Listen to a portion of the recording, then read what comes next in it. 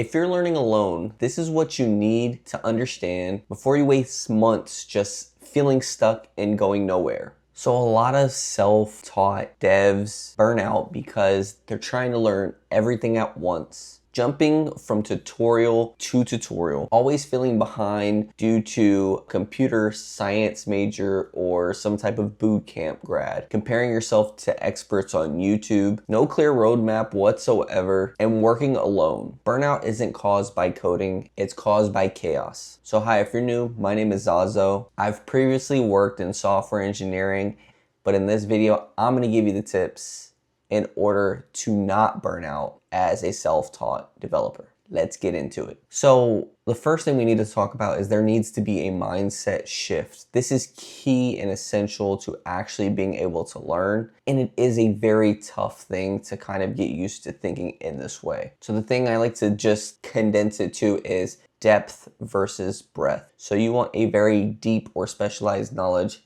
in a technology, language, whatever that may be, and not necessarily knowing 20 or 10 different languages or different things. And a lot of self-taught devs here, in order to get a job, you gotta learn data structures and algorithms. So they just go ahead first and try to master that before ever creating any product itself. You don't need to master data structures and algorithms in order to actually start making apps. One thing that I always recommend is learn one thing very deeply, create a project with that one thing, and become one type of developer first. So that's front end, back end, data engineer, AI engineer, any of those different developer archetypes, become one of those. Do not try to be all. So if you're going into web development, you're going to want to learn React, know about HTML, CSS, obviously JavaScript, and build solid projects based off of that stack or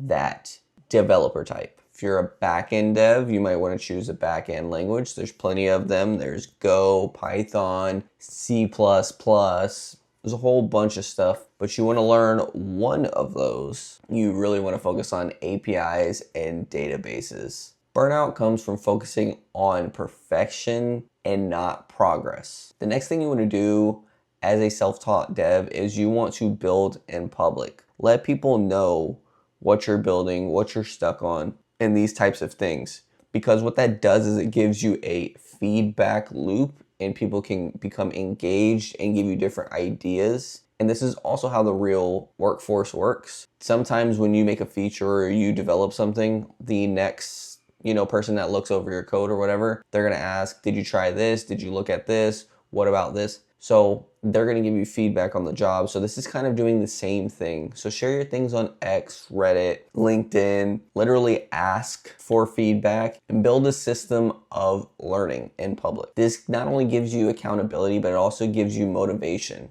to kind of put these things out there and keep doing that. And you never know what comes up. People start following your journey because they either want to be in the same shoes that you are, or they really value your skill set, and you never know what opportunities can become available. Learning in public removes the loneliness that silently kills self-taught devs. The next thing is going to be build real projects and not just tutorial clones. Clones don't stick in your memory. Real projects force you to focus and think deeply. Solving your own problems is 10 times more educational than just copying another tutorial will ever be. And build tools you wish existed, even if that's a slight alteration of whatever is already out there. So some of the things that I would kind of recommend doing is automate something, build some type of script that saves you time, or build a simple API